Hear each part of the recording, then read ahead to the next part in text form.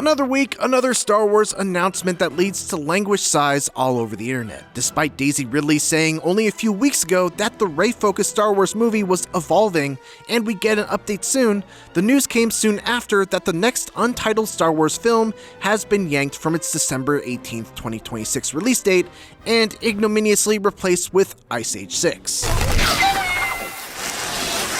Whether or not you're excited for a new Ice Age film, John Leguizamo Renaissance incoming? Doesn't anyone love me? It's certainly not a great sign that what was supposed to be the crown jewel franchise in Disney's lineup when they purchased the property back in 2012 is now being shoved aside for yet another talking animal movie in 2024. It's all true. And yet, it's not at all surprising. Regardless of anyone's thoughts on the quality of individual projects, the Disney Star Wars era has been rife with corporate mismanagement, constant second-guessing, and an inability to envision a future for the property beyond pilfering from its past. It's a sad state of affairs, but it's also what Lucasfilm has been doing for far too long, to the point that it's time we stop giving the company any credence unless they go through a serious realignment. Let's take a look at why we all need to stop paying attention to Star Wars.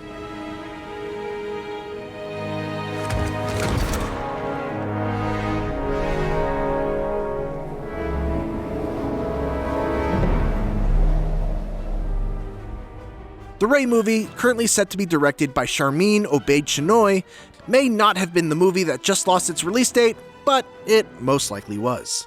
Even though the film recently lost Peaky Blinders creator Stephen Knight as its writer, reports have indicated that Rey is important to multiple in-development projects. So her movie, supposedly set after the rise of Skywalker as she establishes a new Jedi Order, was the most probable candidate to launch the next wave of Star Wars films. Knight departing the project would also be an understandable reason why the film had to be pushed back, as Lucasfilm scrambles to find someone new to pen the script. But that situation is standard operating procedure for the studio, not an aberration. I know what I have to do, but I don't know if I have the strength to do it. Far more Star Wars projects have been announced and failed to materialize than have actually been produced during the Disney era. Game of Thrones showrunners David Benioff and D.B. Weiss cratered the last season of their most famous project because they were hired to develop a Star Wars trilogy, only to be let go. Rian Johnson, director of The Last Jedi, has also had a trilogy announced that hasn't come together.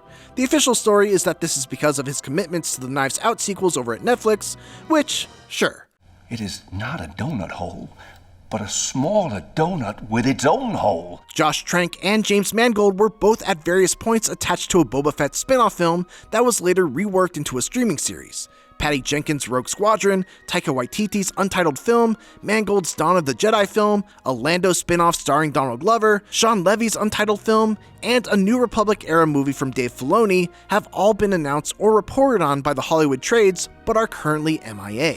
Alert me when this materializes into something more definite. To say that it's unlikely that most of these films will come to fruition is an extreme understatement. Lucasfilm has repeatedly announced projects that have no real groundswell behind them, seemingly hoping that we all have the memories of Goldfish and won't recall how many times they've pulled the rug out from under us. So where's my cut? Does anyone seriously believe that the latest report of X-Men producer Simon Kinberg's upcoming trilogy will pan out differently? Has Lucasfilm really banked their future on the Dark Phoenix guy? Yes. Or will we just bide our time until we get more news that Kinberg has departed the project 6 to 12 months from now? Given the company's history, the latter is far more likely than it should be. If this mission fails, it was all for nothing. The biggest reason why we're in this state is that The Rise of Skywalker detonated the franchise theatrically. Yes, the last entry in the Skywalker saga managed to barely crawl over the billion-dollar mark, a huge downturn from The Force Awakens, mind you, but the film was a creative disaster, spending so much of its time trying to walk back the previous film that it rendered the entire sequel trilogy an exercise in futility.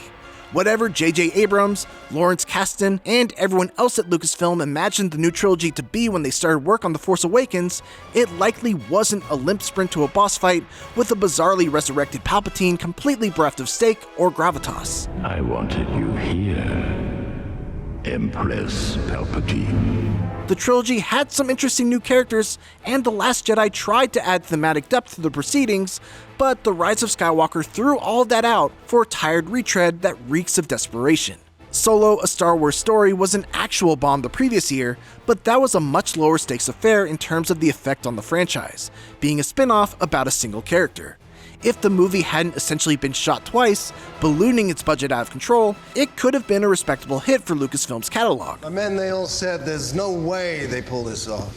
Kira's not ready, that's what they said. But the finale of the Skywalker saga should have been the biggest movie of the year by default. Yet not only did Episode 9 not measure up to the previous entries at the box office, it suffered some of the roughest reviews and the worst cinema score of any film in the series. Within only 4 years, audiences went from incredibly excited to tremendously weary of Star Wars, and Lucasfilm hasn't been able to get a new film off the ground in the time since, instead retreating to the middling comforts of Disney Plus shows. I feel the path forward is clouded.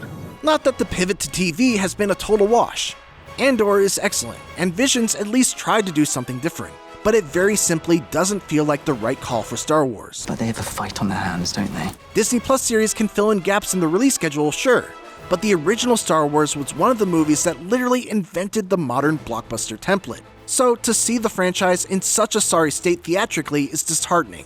And no, putting the 4th season of The Mandalorian on hold and releasing what will likely amount to a TV special for Mando and Grogu in theaters doesn't help matters. It reinforces that the value of the Star Wars brand has plummeted to a point that it might not be able to recover from.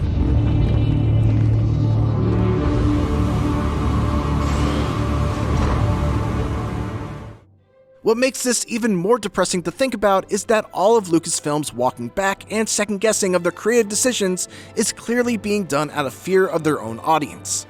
Now, to be fair, Rogue One underwent significant reshoots before the tide turned against the franchise, but that movie came out the other side as a strong entry and also introduced Tony Gilroy to the series, so we'll give it a pass. I'm one with the Force is with me. I'm one with the Force is with me. But ever since the, let's say, mixed online reception to The Last Jedi, Lucasfilm has been in a full-blown panic. Somehow Palpatine returned. The Rise of Skywalker feels like a plea for fans to not make any more angry YouTube videos about The Last Jedi, and the tripling down on nostalgia out of fear of anything that could be perceived as different or subversive has turned many subsequent projects into a diet version of something you used to like years ago. 1,000 generations live in you now. But this is your fight. From deepfake Luke Skywalker strolling onto the screen in the 2nd season finale of The Mandalorian, despite the stand-in they used looking like a young Mark Hamill who stepped out of a time warp, to forcing Rosario Dawson and Mary Elizabeth Winstead into ridiculous-looking cosplay makeup so they could play characters that really should have stayed in animation.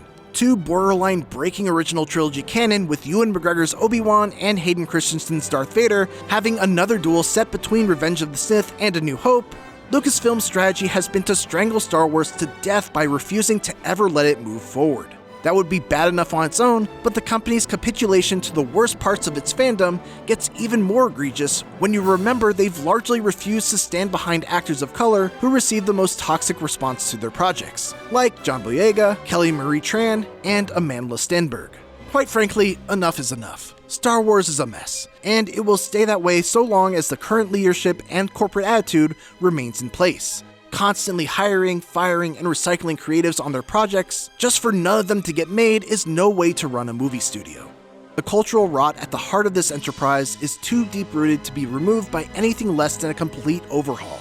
But whether that's even possible at this stage is anyone's guess.